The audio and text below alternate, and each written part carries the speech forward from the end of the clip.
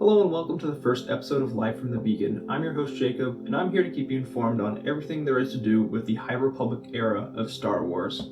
We'll be covering all the lore, the in-universe connections, and all the news related to this new initiative from Marvel and Lucasfilm. For those out of the loop, the High Republic is a new era of Star Wars set around 200 years before the prequel era of films.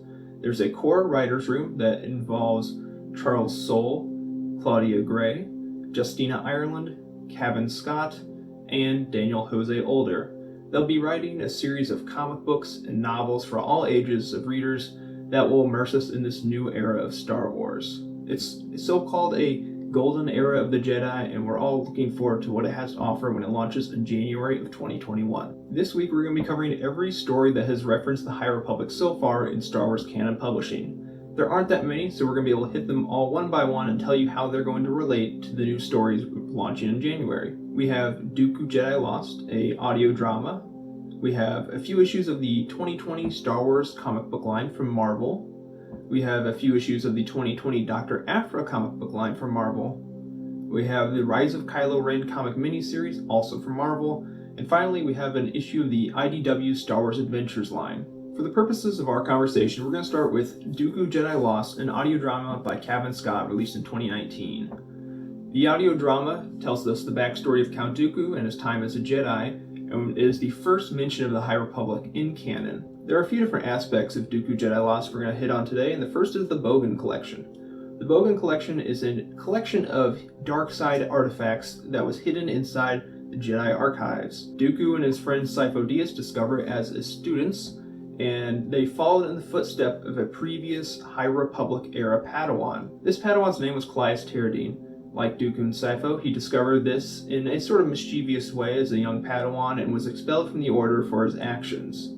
The other main connection, although not exactly proven so far, is the Lost 20. The Lost 20 refers to 20 Jedi Masters that left the Order at some time or another throughout its history. We know two of them, including Dooku, were Sith Lords after they left. However, there were some that left for more ideological reasons and just decided to leave the Order on more amicable terms, but they still were honored or mourned in a way by the Jedi Order. One key member we were told of was Master Trennis. Master Trennis was a Jedi that Yoda talks about very briefly, saying how it was a shame that Master Trennis had left the Order. It's not exactly set in stone, however, there is the character Keeve Trennis, also in Cavan's new High Republic comic book line, who is just becoming a Jedi at the time of the High Republic.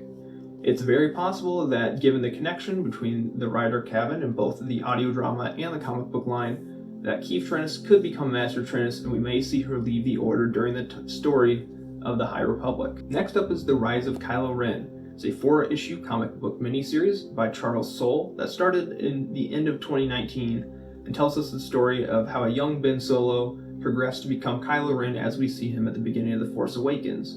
In issue 2, Ben, Lor San Tekka, and Master Luke Skywalker head out to a mission to the far outer reaches of the Outer Rim to the planet called Elfrona. Lor discovered that there was a High Republic outpost in the area, and he thought it'd be a good idea for the three of them to go check it out. Lor tells us that the era of the High Republic was a time of greatly expanded Jedi activity through the galaxy. When we reach the planet, we find the outpost vaguely resembles Alcazena, also known as the temple from Indiana Jones and the Last Crusade. Inside the outpost, they find a few different artifacts. They find both a Jedi and a Sith holocron, as well as a lightsaber rifle. That's about all there is to talk about Elfrona, although the characters do visit it a few times throughout the rest of the comic book miniseries. The next big mention we have comes in issue 3. In issue 3, Kylo is kind of telling his backstory with the other Padawans of Luke's Jedi Order to a different character in the comic book, when he tells them about one Jedi in particular, Hennix. Hennix is a Quarren Jedi, and in a meditation exercise with Master Luke, he's working to open a Jedi holocron. Once that holocron is opened, we see a hologram of who we now know to be Avar Kriss, the main character of Light of the Jedi, appear to him and speak briefly before the scene cuts away. It's unclear if this holocron he's opening now is the same one we found on Elfrona, but given the High Republic tie between the two, it is certainly probable. Although this is all we know about the High Republic from the Rise of Kylo Ren specifically, it is important to mention that Elphrona is going to come back in a certain way within the Light of the Jedi novel. During the New York Comic-Con Metaverse panel, we were told that a character called Ember, who's a Charhound, lived on Elphrona, and some later concept art tied this dog Ember with the character Bel Zettifar, who's a Padawan of the Order. So we know Ember's on Elphrona, Ember is in the Light of the Jedi novel, and at least one point, Ember and Bel Zettifar were tied in some way. So there's just some more connections building between all of the different mediums. Next, we're going to talk about the 2020 Dr. Aphra comic book line.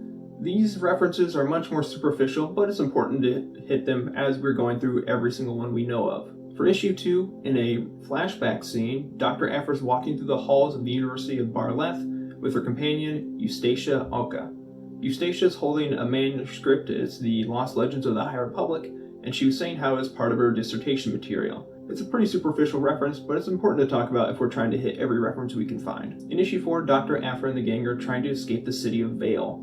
On the way out, they find an abandoned High Republic-era ship and use that to escape. The artwork for the ship looks incredible, and I personally think it kind of vaguely resembles the design of the Ghost, but again, not too much to go off of here, just a ship from back in the day. Next up is the Star Wars comic book line by Marvel from 2020, and to be clear, this is the comic book line that takes place between The Empire Strikes Back and Return of the Jedi, not to be confused with the 2015 line that takes place between A New Hope and Empire Strikes Back. Charles Soule is pinning this line, and the first reference comes in issue 2, where Poe Dameron's parents, Kes and Shara, are talking about a plan with some other rebels. Kes tells us of a time in the galaxy when the Outer Rim was much less explored and it's even more dangerous than it is today. He says, quote, "The people of that time built a huge space station at great effort and expense and placed it in the center of the dark zones." He's of course referring to the Starlight Beacon, the namesake of our show, as well as the namesake of his plan, Operation Starlight. In issue 4, Luke is on the hunt for a new lightsaber after he lost his down the depths of Bespin-clad city. He meets a character named Verla, who sends him on a quest to find a new lightsaber.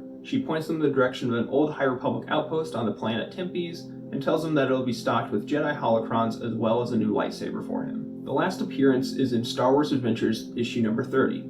For those that are not familiar with the Star Wars Adventures line, it is a comic book line by IDW focused on more younger readers, and each issue features 2 separate stories. The focus of our conversation is going to be on the second story, also written by Cavan Scott. In this story, the protagonist Emil tells us of the lost library of Nelganam. It was a library on the outer rim of the galaxy that contained stories from all over the galaxy. People would used to come to it to study until it was destroyed centuries ago by the Nihil Raiders. The Nihil are one of the main antagonistic forces in the High Republic era. They're described as chaotic and cruel raiders, and of course we will be interested to see what comes of them in the new stories come January. So that's it. That's every reference we know to the High Republic era in current canon. You might have noticed a few patterns. A lot of these references are happening in the outer rim of the galaxy, away from the center and the core. This makes sense given that the era was all about expansion away from the center of the galaxy, so there's going to be a lot of action happening around the fringes. You also may have noticed that the authors of the High Republic wrote a lot of the references in their own work, so that includes Charles Soule with The Rise of Kylo Ren and Star Wars, and Cavan Scott with Star Wars Adventures and Dooku Jedi Lost. So if you're looking for more references we may have missed, I would point you in the direction of those authors to begin with. We do know that this isn't everything that's been out there. In a New York City Comic-Con Metaverse panel, Lucasfilm's Michael Siglain mentioned that there was a reference to the High Republic in a recent work that had not been discovered by the fandom at large. But I tried to do my best to hit all the ones we know of for you today. Let me know down in the comments below what your favorite High Republic reference is, and I look forward to reading those. I think we're all really excited to dive into the High Republic come January. Next time on the show, I plan on covering all the concept art that's been released by StarWars.com on the show. Until then, may the Force be with you, and I'll see you next time from the Beacon.